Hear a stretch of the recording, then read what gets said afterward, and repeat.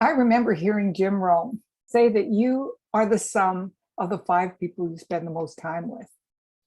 And when I heard that, I thought, who am I spending time with? Who are these people in my life? And what kind of an impact are they having on me? You see, what Jim Rohn said is those people impact your thinking. Obviously, you're hearing them saying things and it's probably going to rub off on you. They impact your self-esteem. That makes sense, because if they have a strong self-esteem, a strong confidence in themselves, chances are you will as well. They'll also affect your decision making.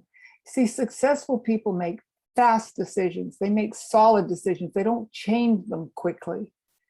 But people who are not successful will be constantly rethinking and hashing over, I made this decision, was it the right decision? And that can impact how you make decisions. It can make you doubt yourself. And all of that together impacts your lifestyle, impacts your income. Hi, I'm Lorna Rasmussen, and I'm talking to you from my office in Costa Rica.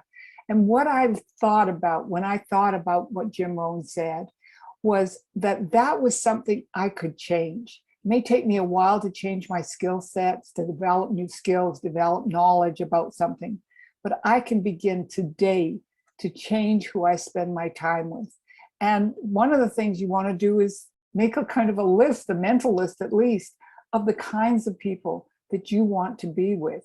For me, it was important to be with people who were big thinkers, who wanted beyond mediocre, who were engaged and really searching for the best ways to do things. You see, I went from being with people who had a really minuscule income to being with millionaires and billionaires. How did I do that? I did it by changing myself. You see, they've already gone through that transformation, and now they want to spend time with people like themselves. And you want to do exactly the same thing. You want to be with people who stretch you. So a couple of tips on how to do that. The number one is be authentic. Don't try to be somebody you're not. When you are developing yourself, going through personal development, it's a long process in some cases. It's not going to happen overnight. But by being authentic with people, they begin to trust you and they know that you're trying. And they very likely had people like themselves in their lives who helped and mentored them. And they know that that's what you're looking for. So be honest with people about where you're coming from. Be valuable to them. You know, even if they're millionaires and billionaires, they still need certain things at times. Sometimes it's somebody to be honest with them, somebody to be straight with them about certain things. Sometimes it's help, sometimes it's commiserating. I remember my mentor, Paul J. Meyer, shared with me a story of how he was really hurt by actions of somebody. And I was just willing to listen. I was willing to listen and commiserate. And then I also committed to myself that I was going to do everything in my power to promote him and what he had done and how he had helped me. Also, you're looking for advice and mentorship. When somebody gives you advice, take that advice seriously.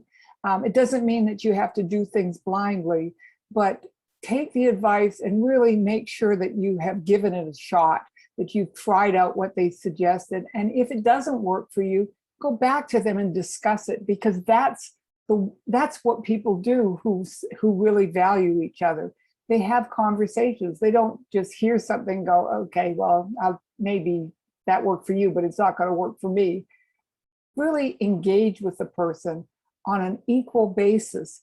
And at some point, you will suddenly find yourself being respected by, involved with, and nourished by 5 people who will make you a better person as a result.